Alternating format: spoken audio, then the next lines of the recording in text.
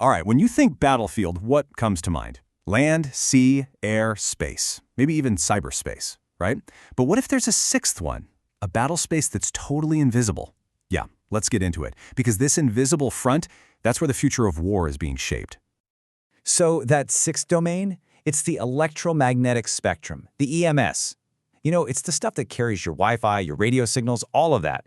But for the military, it's an absolutely critical resource. I mean, if you control the EMS, you control everything. Communication, navigation, sensing. It's all about getting that crucial upper hand in a fight you can't even see with your own eyes. Okay, so how do you even fight a war in an invisible space? Well, there's a whole field for it, and it's called electronic warfare, or EW. And no, this isn't some sci-fi movie stuff. This is real, it's happening as we speak, and it is changing fast. Electronic warfare really just comes down to three basic things. First up, you've got electronic support. Think of it as listening and watching. You're intercepting enemy signals to get the intel. Who are they? Where are they? What are they up to? Then comes electronic attack. This is where you go on offense. You blind them, you confuse them, you jam their signals, or even feed them bogus information. And last but not least, there's electronic protection. That's your defense, right? Making sure your gear can handle it when the enemy tries to do the same thing to you. So yeah, it's pretty simple. Listen, blind, defend. That's the whole game right there. And you want to know where this game gets really intense? It's in the constant back and forth between radar and electronic warfare systems. It is the ultimate high-tech cat-and-mouse chase. This really breaks it down perfectly. Think about it. A radar has one job and one job only: to see, to detect, track, and identify anything coming its way. The EW system's job, the complete opposite. It's all about making that radar blind. It's designed to deny, degrade, and just completely disrupt the radar's vision. It's like a constant chess match. For every move the radar makes, the EW system is already planning a countermove. And for decades, this game of cat and mouse was, well, it was pretty predictable. But not anymore. Today, the rules are being totally rewritten. The old playbook? Yeah, you can basically just throw it out the window. So what's changed? Well, a couple of huge things. For starters, the EMS is just jam-packed. It's not just military stuff out there anymore. It's our cell phones, our Wi-Fi, you name it. It's just noise everywhere. And trying to find one specific threat and all that, let alone jam it, super difficult. But that's not all. Modern radars are way smarter now. They're not just sitting there on one frequency. They're agile, they're adaptive, they can hop around frequencies and change their signals in a split second. And that's a massive problem for the old EW systems that were built on a library of threats they already knew. Suddenly, they're up against an enemy they can't even recognize. And if you want to see just how urgent this is, just look at this chart. It's showing the number of academic papers published on electronic warfare. You can see it's a pretty steady climb for about 15 years, right? But then, look at what happens right after 2020. It's not a bump, it's a massive spike, hitting 500 publications in 2023 alone. This isn't just a slow evolution, folks. This is a flat-out explosion in R&D. There is an invisible arms race heating up, and it is happening fast. Okay, so if the old playbook is useless, what's the new plan? I mean, how are you supposed to fight an enemy that is constantly changing, constantly adapting?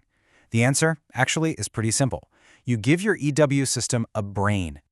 This timeline really lays it out. See, traditional EW was basically like a dictionary. It saw a threat it recognized, and it looked up the right pre-programmed response. Simple. Then we got adaptive EW, which was a bit smarter. It could sense what was happening and follow a set of if this, then that rules. But the real game changer, the big leap, is cognitive EW. This is different. A cognitive system doesn't just follow the rules, it learns. It's constantly observing, analyzing threats it's never seen before, and inventing new ways to beat them all in real time. It's not just reading from the playbook, it's writing a brand new one on the fly. So what is this brain that's making this all possible? You guessed it, it's the same tech that's changing literally everything: artificial intelligence. This is the moment AI officially joins the fight on the invisible battlefield. Which brings us to the really big question, right? We know what cognitive EW is now, but how does it actually work? How in the world do you teach a machine to fight and win an invisible war against an enemy it's never even met? Well, one of the key methods is something called reinforcement learning. It's actually a lot like training a puppy. When the puppy does the right thing, you give it a treat, right? It's the same idea for the AI. The system tries out a bunch of different jamming techniques. If one of them works and messes with the enemy radar, it gets a reward, a little digital treat. If it fails, nothing. And it does this millions and millions of times, learning from trial and error, until it teaches itself not just what works, but discovers totally new, creative strategies that a human engineer might never, ever have come up with. And make no mistake, AI is making its mark everywhere in this field. It's making signal classification way faster and more accurate. It's inventing brand new jamming techniques. But the biggest slice of the pie, as you can see, is in decision-making. That's the real revolution. AI is giving these systems the autonomy to size up a threat, cook up a strategy, and launch a counterattack, all on their own, and all in a fraction of a second. So where does this all lead?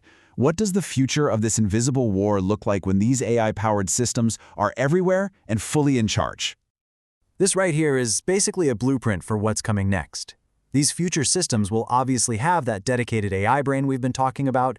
They're also going to have incredibly advanced hardware, like these wideband ASA antennas. What that means is they can listen and jam across a huge range of frequencies all at the same time. And we're going to see a much deeper link with cyber warfare. We're blurring the lines between simply jamming a signal and actually hacking the computer that's sending it.